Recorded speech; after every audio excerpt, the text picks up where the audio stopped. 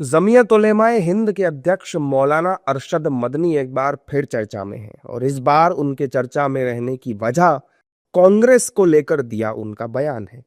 मदनी ने अपने social media handle पर लिखकर कांग्रेस पर कई बड़ी बातें कहीं और आरोप लगाया कि कांग्रेस ने अपने शासन में नफरत की राजनीति पर जो लचीली नीति अपनाई उसने देश और संविधान दोनों को बड़ा नुकसान पहुंचाया। कांग्रेस के नेताओं ने सांप्रदायिक शक्तियों के खिलाफ कड़ी कार्रवाई करने से परहेज किया, जिससे उन्हें फलने फूलने का अवसर मिला। विभाजन के बाद देश भर में जब मुस्लिम विरोधी दंगे शुरू हुए तो उन्हें रोकने के लिए महात्मा गांधी ने उपवास रखा, लेकिन कांग्रेस के बड़े नेताओं को ये बात अच्छी नहीं लगी और उनके खिलाफ हो गए और आखिरकार उनकी हत्या कर दी गई। मदनी के इस बयान पर राजनीतिक प्रतिक्रियाएं भी आ रही हैं। एनडीए के नेता मदनी के बयान पर कांग्रेस और मदनी दोनों पर ही निशाना साध रहे हैं। देखो, ऐसा है, कुछ लोग जो है, जो सांप्रदायिकता के गुरु हैं, वो धर्मनिरपेक्षता के गुरु घंटाल बनने में लगे हुए हैं। अब सांप्रदायिकता के सूरमा अगर धर्मनिरपेक्षता का संदेश देंगे तो इसी तरह की बातें सुनाई पड़ेंगी। आप जो है वो पूरी तरह से जिन लोगों ने जो है वो देश में सांप्रदायिकता के ज़रिए जो है वो देश के एक बड़े वर्ग के जो है वो अधिकारों को जो है वो बंधक बनाने की कोशिश की, सांप्रदायिक छल से जो है वो जो संवैधानिक बल है, जो समावेशी बल है, जो धर्मनिरपेक्षता और पंथनिरपेक्षता का बल है, उसको जो है वो नुकसान पहुंचाने की कोशिश की। आज वो ज्ञान देते फिर रहे हैं। ये इनका बयान बहुत ही हास्यास्पद है।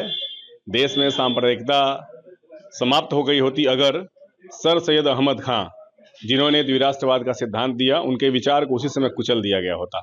मोहम्मद अली जिन्ना, जिसने बोला कि हिंदू मुसलमान दो कौम एक साथ नहीं रह सकते, हमें देश का बंटवारा करना है, बंटवारा चाहिए, पाकिस्तान चाहिए, पूर्वी पाकिस्तान और पाकिस्तान चाहिए, अगर उस विचार को उसी समय जमीदोज कर दिया गया होता तो ये सांप्रदायिकता नहीं रही होती।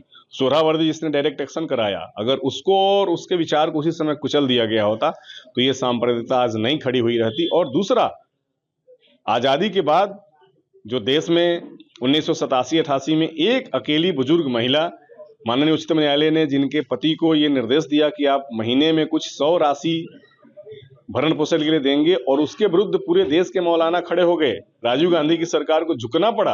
अगर ये मौलाना उस समय नहीं उसके विरुद्ध में खड़े हुए रहते, शरिया के समर्थन में नहीं गए रहते, महिला के पक्ष में खड़े हुए रहते, तो आज देश में सांप्रदायिकता नहीं होती। देखिए मदनी जी, जिस बात का जिक्र कर रहे हैं, दरअसल उसका ऑपोजिट, उसका विपरीत हुआ है हमारे देश में। और कांग्रेस पार्टी ने कम्युनल पॉलिटिक्स को और सांप्रदायिक सोच को रोकना तो छोड़िए, उसको बढ़ावा दिया है। उनकी पॉलिटिक्स इस तरह की रही है, वो पूरी तरह से कम्युनल रही है। वो तुष्टीकरण की नीति पर आधारित रही है, जहाँ धर्म के नाम पर लगातार आपने राजनीति की है। समान नागरिक अधिकारों को आपने कुचला है। आपने हिंदुओं को मुसलमान के खिलाफ रखा और आइडेंटिटी पॉलिटिक्स का हमेशा इस्तेमाल किया। मुसलमानों को सियासी चारे की तरह इस्तेमाल किया। संविधान लागू करने की जिम्मेदारी किसकी थी, आप बताइए? जब यूनिफॉर्म सिविल कोड बाकायदा डायरेक्टिव प्रिंसिपल्स का हिस्सा था तो कांग्रेस पार्टी ने इतने साल क्यों लगाए?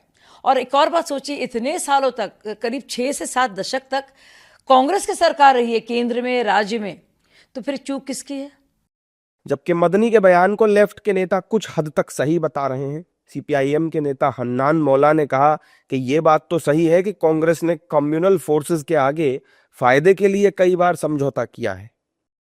To some extent, there is truth in that statement, because we know our party thinks Congress is a secular party. It is not a communal party. But Congress in his last 70 years history, they compromised with communal force time to time according to their convenience. So once you are steady and firm opinion, then you can earn one type of respect. When you dilly-dallying, then confusion is created and doubt in the minds of the created. So sometimes Congress in the past also compromised with these communal forces, that because of that they suffered also. I think Congress should be very firmly secular and follow that secular idea in all their steps. Then only the largest political opposition party, they will be able to win the faith of the large section of the people. बहरहाल मदनी का ये बयान चर्चा में है। कांग्रेस के इतिहास को याद करके मदनी का ये हमला कांग्रेस पर सवाल तो खड़े करता है, जबकि एक बड़े मुस्लिम वर्ग को कांग्रेस के खिलाफ नेगेटिव सोचने पर मजबूर भी करता है।